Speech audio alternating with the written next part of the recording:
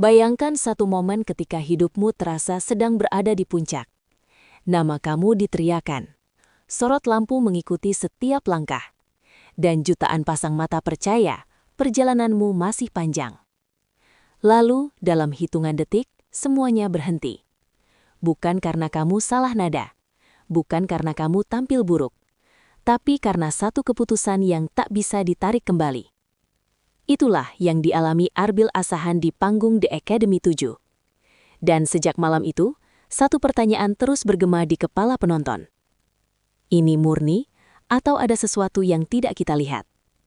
Karena anehnya, di tengah badai reaksi publik, ada satu nama besar yang justru memilih diam. Nama yang selama ini dianggap sebagai kompas moral dunia dangdut, Raja Dangdut Indonesia, Rhoma Irama. Diamnya justru lebih bising daripada ribuan komentar. Dan ketika akhirnya ia berbicara, banyak orang tidak siap dengan arah jawabannya. Malam itu, panggung terlihat sama seperti biasanya. Lampu berkilau, musik mengalun, penonton bersorak. Arbil Asahan berdiri dengan wajah penuh harap. Bukan wajah orang yang merasa akan pulang, tapi wajah seseorang yang yakin setidaknya ia masih punya waktu. Penampilannya malam itu bukan tanpa pujian. Nada-nada yang ia keluarkan terasa matang, penghayatan tidak dibuat-buat, dan di mata banyak penonton, itu cukup. Sampai akhirnya satu kata terdengar, tersenggol. Satu kata, tapi dampaknya panjang. Ekspresi Arbil berubah, bukan marah, bukan kecewa berlebihan, lebih ke arah kaget yang ditahan. Dan justru disitulah emosi penonton pecah. Beberapa menit setelah acara berakhir, media sosial mulai bergerak. Potongan video diunggah ulang. Komentar demi komentar bermunculan. Gak masuk akal. Ini gak adil. Kenapa dia? Awalnya hanya kekecewaan, tapi seperti biasa, emosi di internet jarang berhenti di situ. Narasi mulai bergeser, dari sayang menjadi curiga. Kata-kata seperti settingan, drama rating, dan rekayasa mulai bertebaran. Nama juri disebut, panitia diseret, bahkan stasiun TV ikut kena imbas. Namun ada satu hal yang membuat api ini semakin besar. Rhoma Irama tidak bicara. Bagi sebagian orang, diamnya Rhoma terasa aneh, karena selama ini ia dikenal tidak segan bersuara soal kualitas, soal etika, soal arah musik dangdut. Maka wajar ketika publik mulai bertanya-tanya, apakah Rhoma juga kecewa? Apakah ia tidak setuju dengan keputusan itu? Atau apakah ia tahu sesuatu? Hari demi hari berlalu, komentar makin panas, tekanan makin besar. Diam Rhoma berubah menjadi ruang kosong yang diisi oleh spekulasi. Dan di era media sosial, ruang kosong hampir selalu diisi oleh asumsi. Sampai akhirnya, di sebuah kesempatan sederhana, kamera dan mikrofon mengarah padanya. Dan Rhoma Irama berkata pelan, "Baik, saya jelaskan."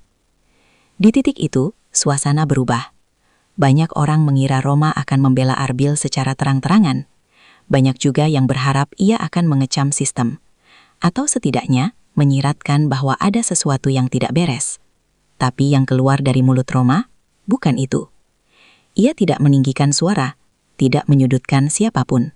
Tidak juga menunggangi emosi publik. Ia justru memulai dari hal yang sering kita lupakan. Bahwa kompetisi bukan hanya soal siapa yang paling kita suka. Bahwa panggung tidak selalu mengikuti harapan penonton.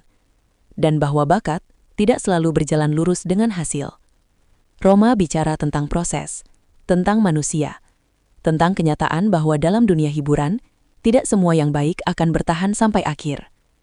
Dan kalimat itu, pelan-pelan, mulai mengubah arah diskusi. Rhoma tidak mengatakan Arbil buruk, justru sebaliknya, ia mengakui potensi. Tapi ia mengingatkan satu hal penting, bahwa penilaian di kompetisi tidak pernah berdiri di satu kaki. Ada teknis, ada konsistensi, ada pertimbangan yang tidak selalu terlihat kamera. Dan disitulah Rhoma menyentil sesuatu yang lebih dalam, bahwa kita sebagai penonton sering kali jatuh cinta pada drama, bukan pada proses. Kita ingin cerita yang sesuai keinginan kita.